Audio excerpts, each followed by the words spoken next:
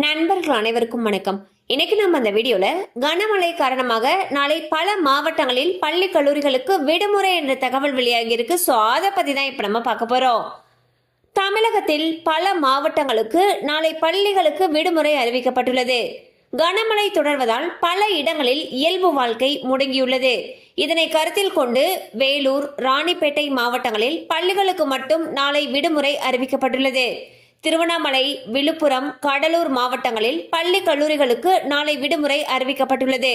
So பாத்தீங்கன்னா தமிழகத்துல பெஞ்சல் புயல் காரணமாக பல மாவட்டங்கள்ல கனமழை பெய்து வருகிறது.